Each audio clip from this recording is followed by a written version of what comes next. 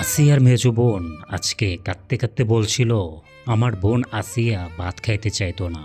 আমি ওরে ভাত খাওয়াই দিতাম, এখন আমি কারে ভাত খাওয়াই দিমু? দুষ্টামি করে আমরা এসে জড়াইয়া ধরত, এখন কে আমারে জড়াইয়া ধরব? ও আসিয়া, তুই কেন চইলা গেলি রে বোন বলে বিলাপ করছিল মেজো বোনটা। আসিয়ারা 3 বোন 1 ভাই।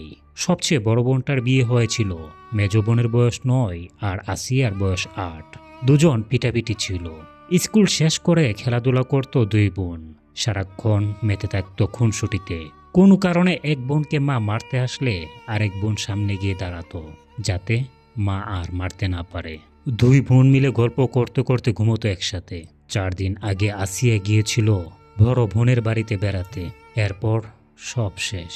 মেজো বোনটা শোকে পাথর হয়ে কাঁদতে কাঁদতে বলছিল, আমার বোন আসিয়া নাই, আমি এখন কার সাথে গল্প করবো, কারে আদর কইরা ভাত খাওয়াই দেবো? আইনের ফাঁক ফোকর যে আছে সেটা জানি শুনি, কিন্তু এই ছোট্ট বোনটার আর্তনাদ আর সহ্য করতে পারছি না। সম্মানিত উপদেষ্টাগণ, এই ছোট্ট বোনটার আর্তনাদ কি আপনাদের কানে পৌঁছায় না? এই বাংলাদেশ কবে শিশুদের জন্য নিরাপদ হবে?